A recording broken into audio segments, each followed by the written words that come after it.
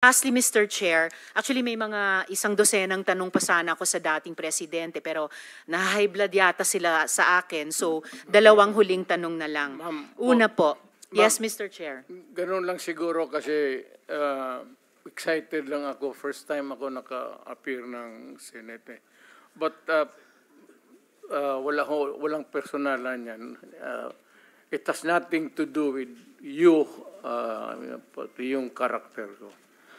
Yung boses ko lang kasi excited. But if we are offended by the demeanor, then mag-change gear ako. I'll try to do it with moderation. Salamat kaayo, Mr. Continue, ma'am. Chair. Continue. Salamat kaayo, Mr. Chair. At saka, Hindi, sandali, ma'am. Mr. Ganito, Chair. and I'm addressing lahat kayo. Taga-probinsya po ako.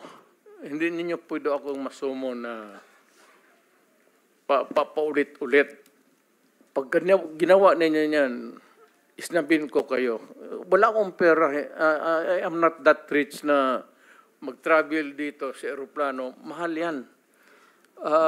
I am... bubuhay ako sa retirement pay ko. So, pati itong pamasahe ko, retirement pay ko yan. Wala akong negosyo ever since. Gobyerno lang ako. I have been an employee of government ever since.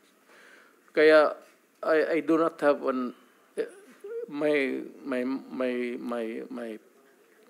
my public life is open to everybody.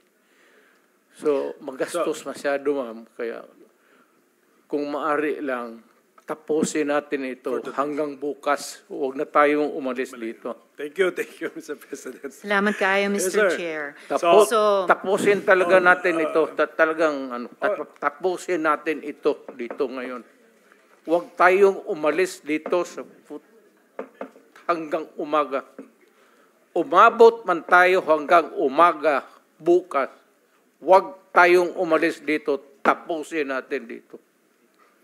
Okay, Mr. President, we are prioritizing the questions directed to you. Sige. Senator Ortiveros.